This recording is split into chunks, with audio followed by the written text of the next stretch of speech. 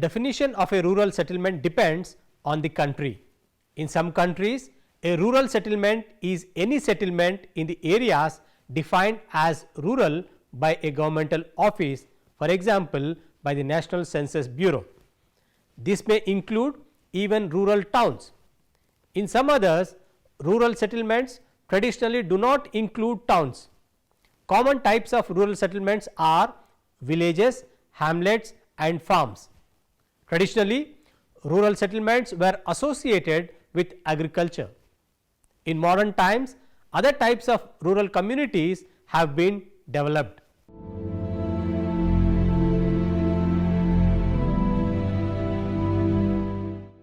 On completion of this module, you should be able to understand the functions of rural settlements and also understand the patterns of rural settlements. The settlement where the occupation of majority of people relate to the local natural resources are called rural settlement. For example, 1. Settlement of fisheries along a sea coast, 2. Settlement of tribal people in the forest area, and 3. Settlement of farmers along the banks of rivers. Rural settlements are most intimately and directly associated with land. They are controlled by primary activities such as agriculture, animal husbandry, fishing, etc. The establishment size is relatively small. Some factors influencing the location of rural settlements are water supply.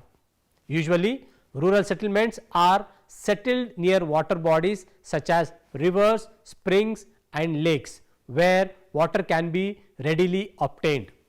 Sometimes the requirement of water drives people to settle in otherwise disadvantaged places such as islands encompassed by swamps or low lying river banks.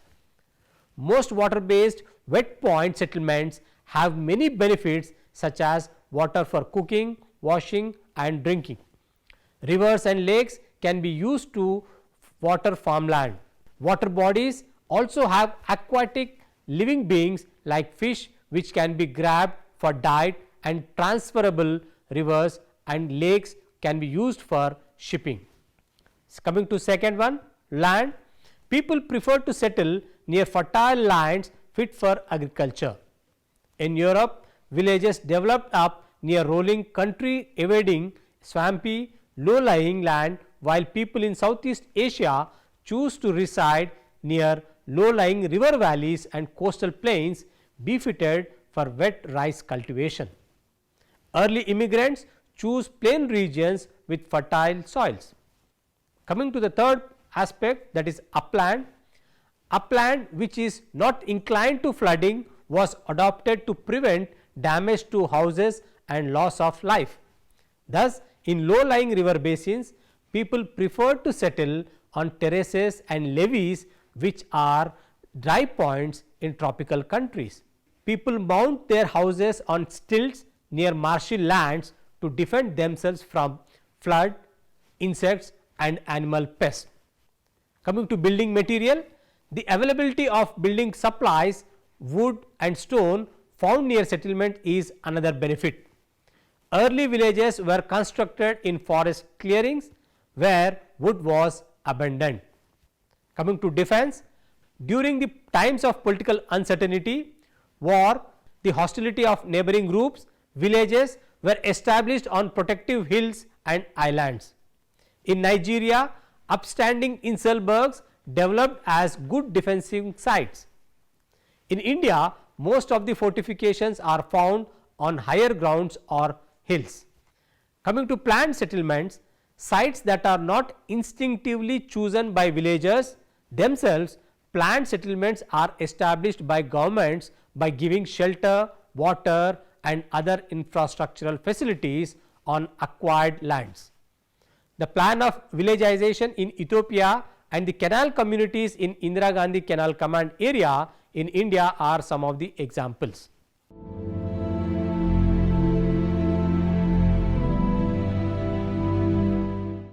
The people living in the rural areas all over the world are engaged and dependent on various primary occupations such as agriculture, dairying, cattle keeping, fisheries, forestry and mining.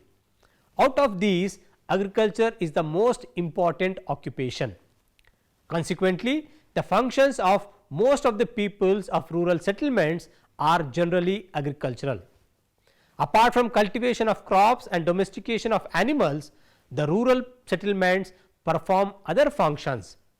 Its religious place, mosque, temple, gurudwara or church with one or two shops is a center of religious and social activities.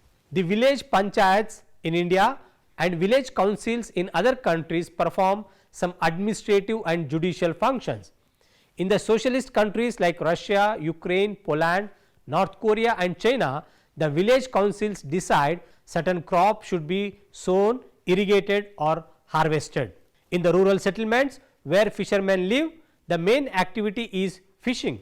The fishing villages are sited on rivers, lakes and sea coast, and the people look to the water rather than to the land to get their livelihood. Although the main occupation of these villages is fishing, this may be combined with some agricultural activity. There are numerous rural settlements in the forest areas in which the dominant economic activity is gathering of forest products and lumbering. Such villages are generally small in size and may be found in the taiga region, forest areas of the sub-Himalayan region and hilly tracts like northeast India. In the forest where lumbering is on a large scale and timber industry has developed, urban rather than rural settlements are more usual. The fishing, mining or lumbering villages are like agricultural settlements in which there are a few shops and some small scale administrative functions, but they differ from towns as do all villages in the relatively narrow range of their activities and their lack of commercial and industrial development.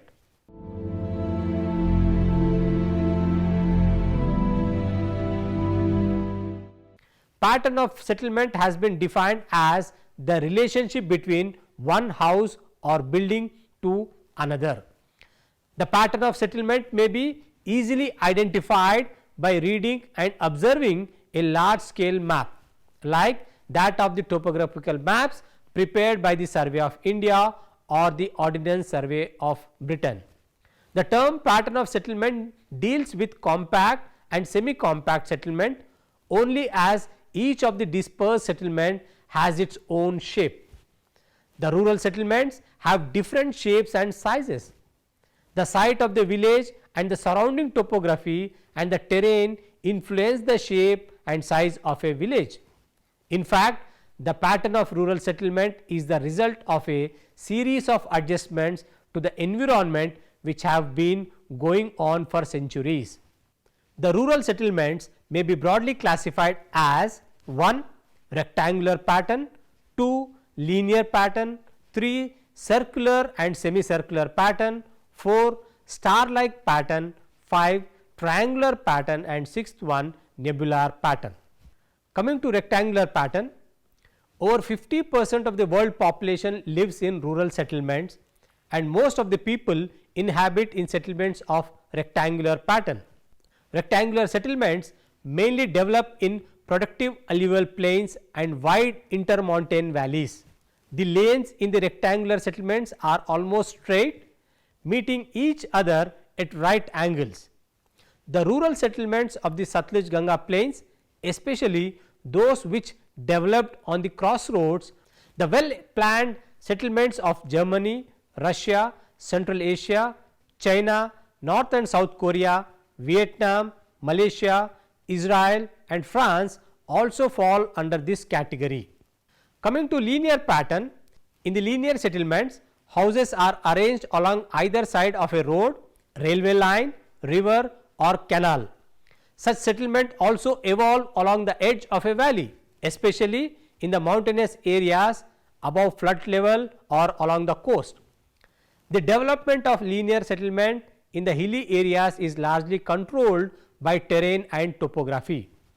Along the river banks and the seashore, the flood and water level influence linear settlements. Such settlements are numerous in the middle Himalayas, Alps, Rockies Andes, Pyrenees, linear settlements houses are arranged along either side of a road, railway line, river or canal. Such settlement also evolve along the edge of a valley, especially in the mountainous areas above flood level and along the coast. Coming to circular and semicircular pattern, the fishermen and salt producers develop their settlements along the sea coast and salt lake respectively. Since the people prefer to stay near the water, they construct their houses along the coast. Such settlements acquire the circular or semicircular shapes. In the vicinity of crater lakes and on the levees of oxbow lakes, the main occupation of the people of circular settlement is to earn their livelihood from the water either by catching fish, water nuts, grasses or by providing services to the recreators, picnic goers and aesthetic beauty lovers. Coming to star-like patterns, the star-like settlements develop on the sites and places where several metalled or unmetalled roads coverage. In the star-shaped settlement, houses spread out along the sides of roads in all directions. This pattern is common to both villages and towns and is caused mostly by new development spreading out along the major roads.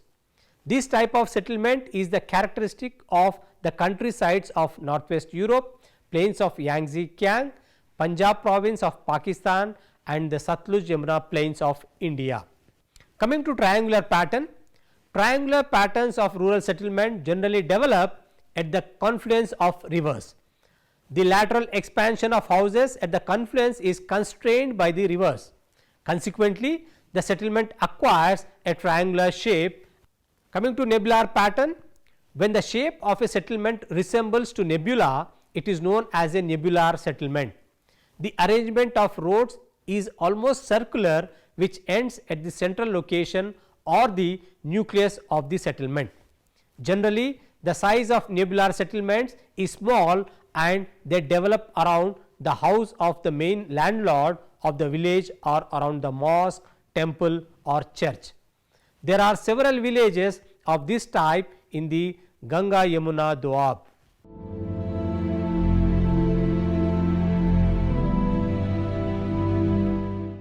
Most of the rural settlements, their shapes and sizes are the results of geo-historical and cultural factors.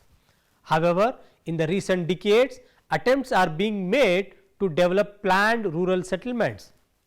Examples of planned rural settlements in Australia, Israel, South Africa, Russia, Central Asian republics, Germany, Sweden and India, particularly in Gujarat and Rajasthan, are numerous.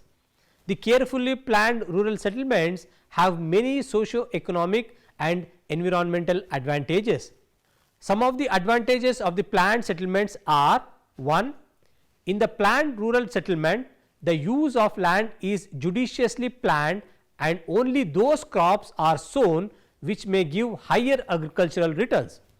The settlements are planned to give each family a reasonably good income and the land is equitably distributed. 2. There are several economic advantages for the settlers themselves. They are ensured a steady income and they come to areas where basic services such as roads and electricity have already been provided. In unplanned settlements, this is like to be the case. Third one of the most important of well planned settlement is that they ensure that the land cleared is of a sufficiently good quality and that it is planted with the crops and social forestry best suited to the soil and slope characteristics of the area. In unplanned settlements, the land cleared might be infertile or easily eroded. The planned rural settlements are, however, not free from disadvantages. Some of the disadvantages of the planned rural settlements are: 1. In the early stages of planned settlements, the settlers have little freedom of action and the schemes do not provide an immediate solution of their problems as perhaps they thought they would. Some settlers become dissatisfied and leave the scheme, but most realize its long term advantages. 2. Settlements are planned for a given number of families based on the capacity of the land to support them at a given income. Naturally, when they have children, not all the young people will be able to live in the same areas.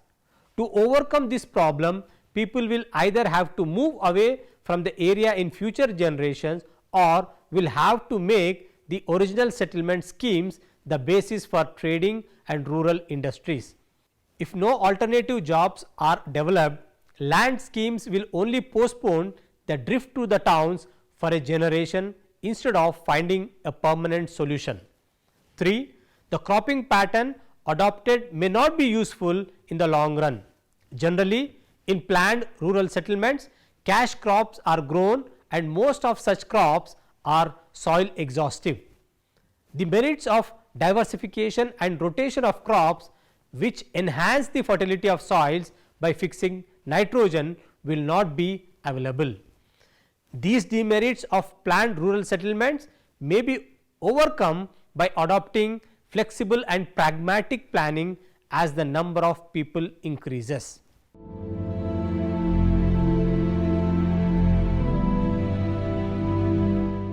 This is a concept of settlement geography.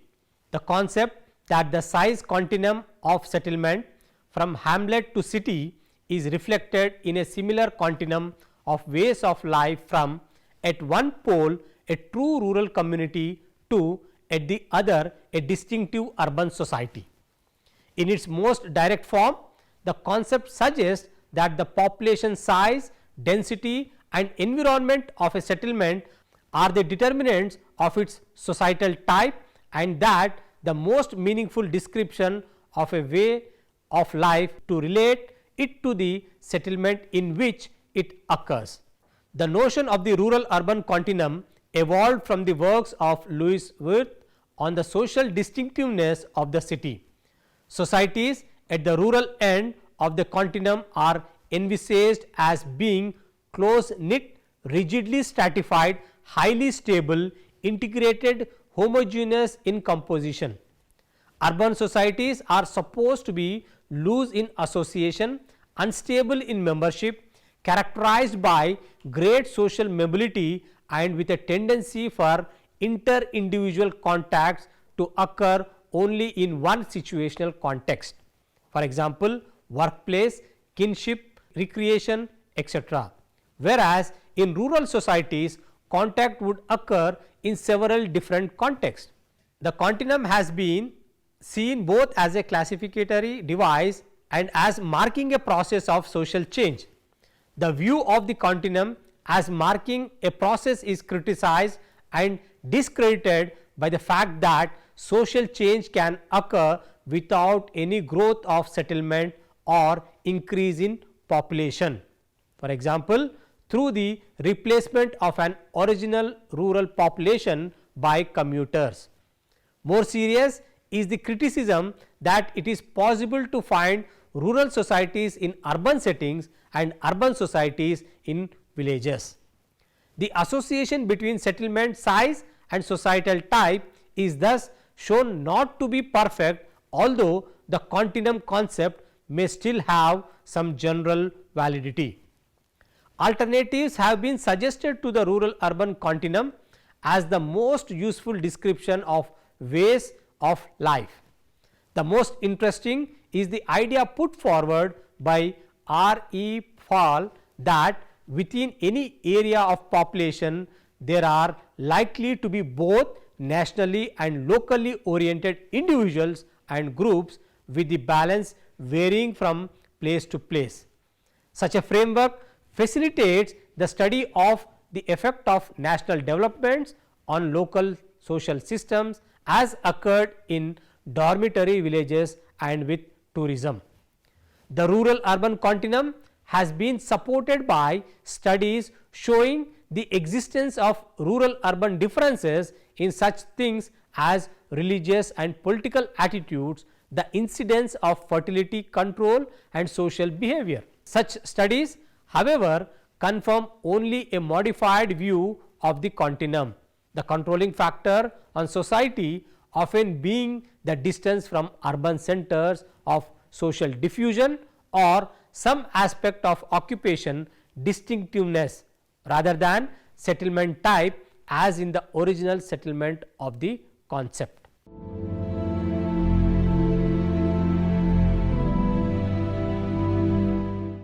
Rural settlements have a much longer history of development than urban settlements, and so their human characteristics have a much deeper foundation. These characteristics include demography, way of life, intellectual outlook, environmental perception, aspects of behavior and sociological interaction are the direct results of man's long and involved relationship with his surrounding, and they represent the most natural and human conditions.